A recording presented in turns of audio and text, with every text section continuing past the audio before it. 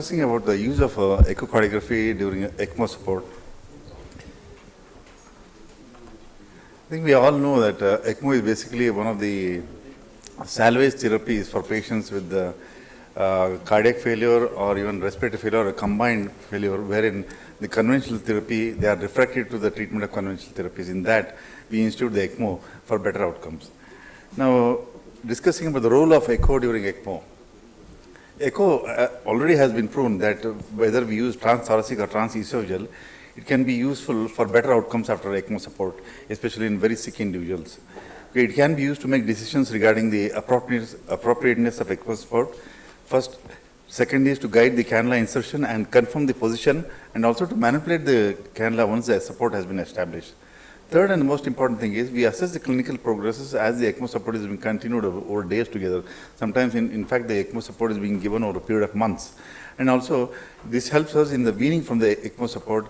Echo is a very useful modality or a very important clinical tool for us. Now, echo, if you compare it to the chest X-ray, if you look at it, echocardiography is more portable than X-ray, and also it avoids exposure to radiation. One. Second thing is, following insertion, the position of the cannula should be assessed echocardiographically. And also, it has been statistically proven that echo is known to reduce the need for subsequent manipulation for repositioning, especially in the pediatric population. And third thing is, it is reported to be superior to the use of plain chest X-ray alone. Now, when we use ECMO support, for us, as if we are introducing the cannulas or if we are the performers, it is important to have an understanding of the type of cannula used. Because if it is a multi-stage cannula, ensure that once you introduce the cannula, that a degree of separation lies between the access cannula and the return cannula, and the port is maintained. Like how you see in the chest X-ray, you can see the position, distance has to be maintained. If they are quite close by to each other, there may recirculation of the oxygenated return blood goes back into the ECMO circuit, and there will be deoxygenation of the systemic circulation. That is the most important thing. Hence, when you use ECMO along with the X-ray, it would definitely be useful for us to prevent any recirculations of the blood. Second, also it is essential when we place the return cannula, it has to be clear of both the intra-atrial septum and the tricuspid valve to minimize the risk of any mechanical trauma and the presence of arrhythmias with the help of echo. So, echo definitely helps us in each stage of ECMO support.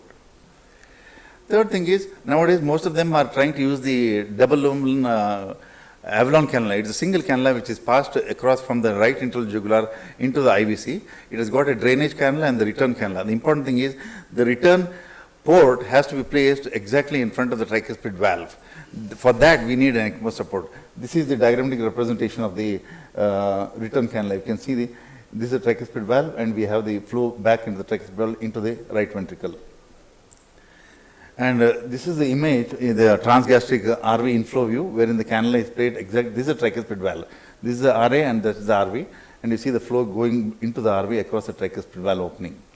And thus, I think echo definitely helps us in positioning the cannula, especially. And of course, I would say that according to the statistics, they say positioning the Avalon cannula is very difficult, because if you are not placing it in the region of the tricuspid valve, then we are going to have a lot of recirculations. Then actually in a peripheral VA ECMO, the return cannula, when it is inserted via the femoral artery, is typically located in the common iliac arteries or at the bifurcation of the abdominal aorta. But this area is not at all visualized on transthoracic echo or transesophageal alone. Hence, we have to have a combination of abdominal ultrasound or the transesophageal echo may be necessary. And in fact, this is wherein, in fact, if you place the return cannula centrally, exactly into the aorta, probably the upper esophageal aortic arch, short axis view, you can see the aortic cannula position. You can see the flow hitting the posterior surface of the aortic arch.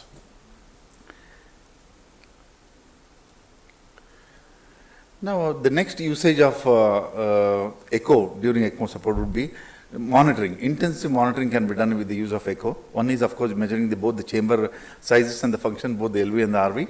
Any evidence of any pericardial effusions or even the pulmonary artery pressures can be calculated by using an echo. You can see this is actually the region of the pericardial effusion. You can see the LV is not very good. This is a two-chamber, and this is the mid-papillary short axis. You can see the whole of the lateral wall being started with the massive pericardial effusion there. And also for all patients on VV ECMO, the veno-venous ECMO, it is important to ensure that the position of the ECMO cannula remains in place and it does not change unless, and also there should be no evidence of any pericardial collections which may indicate a cannula related injury. And of course, this can be detected by the use of echocardiography. But during VA ECMO, it is important for us to assess the size and function of both the LV and the RV. LV size assessment is a very important consideration because if there is an increasing dimension in the LV or the LV is dilating, it may suggest the stasis of intracardiac blood flow, and it also signals the use of more inotropic support or having an additional mechanical device to promote forward flow by introducing an intra-aortic balloon pump. Now, coming to the complications of ECMO, which can be detected by echo, actually 5 to 6% of the patients develop complications. Either it can be in form of a cannula displacement, cannula obstructions or cannula vessel thrombosis, or obstructions of the veins of the arteries, LV thrombus, pericardial collections or tamponade, or in fact a pericardial pulmonary embolism is known to occur. This is a image what we are seeing here. You can see the effusions here. You can see stasis of blood in the LVs, and this is the metacardial ascending aortic short axis view with the presence of a thrombus in the right pulmonary artery. This can be detected very easily with using the TE or even in fact in the transthoracic echo also. Now another incidence is malposition of the cannula may obstruct the venous drainage. If it's in the IVC region, it can result in liver and the splanchnic organ congestion, or if it's in the SVC, leading to an SVC syndrome, leading to massive cerebral hyperperfusion. Now, if in fact in the first image you can see, in this the atrial septum is bulging to the left, indicating elevated right atrial pressure, wherein the movement is towards the LA. Once following the outflow cannula revision, you can see the intra-atrial septum is moving towards the right. That means the right sided pressure has been decreased. That is by cannula revision or repositioning of the cannula. And another position which has been statistically proven is malposition or migration of the ECMO cannula through the intra-atrial septum has also been described, and this complication can be easily detected by ECMO.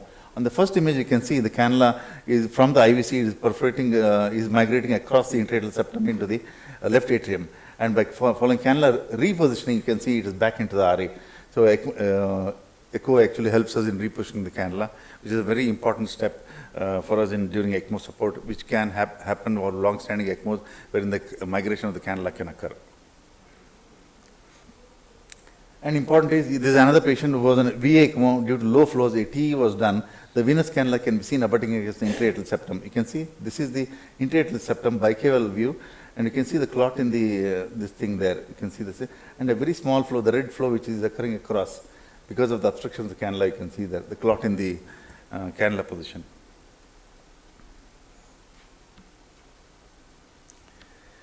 Now, weaning process. Now, how does echo help us in from the weaning?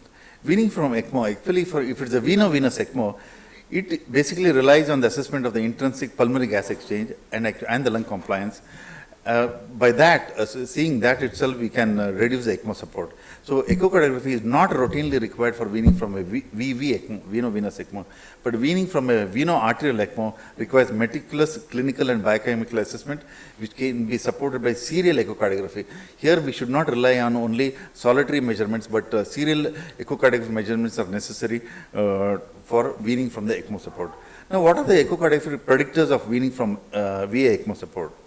One is, of course, the ejection fraction of 30% is an ideal this thing, or the aortic valve velocity time integral of more than 12 centimeters per second, or even the tissue Doppler imaging at the lateral mitral annulus with the S prime or the SA being more than 6 centimeters per second is one of the important predictors that the patient is suitable for weaning from the ECMO support.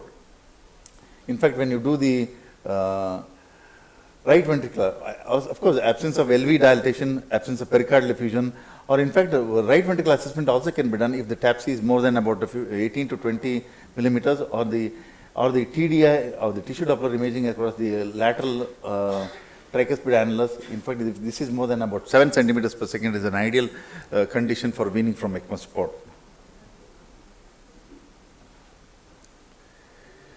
Now, there is a case report here which has been shown. A 39-year-old man underwent a Bentall procedure for a severe AR.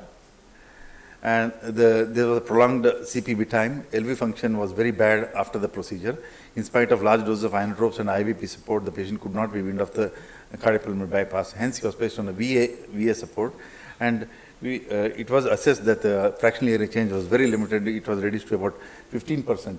Now, if you can see this fractional area change is hardly moving. The LV is quite bad there, with a fractional area change of only about 15 to 16%. Okay. Now, over the next 4 days, the LV function significantly improved and the patient was decannulated when the fractional area change was jumped up from 15% to about 27%. Obviously, this indicates a very good, better LV function than what it was before. Now, I would say that merging of both the ECMO and echocardiography will help both the fields. One is by translating the echocardiography into more of a mainstream clinical tool during ECMO support, and the benefits of this echocardiography during ECMO support can be appreciated when there is a close working relationship between the members of the entire clinical team. Thank you very much. Thank you, sir. We'll move on to next speaker. Yeah, ma'am. Very nice talk and very lucidity managed all these. Yeah, thank you.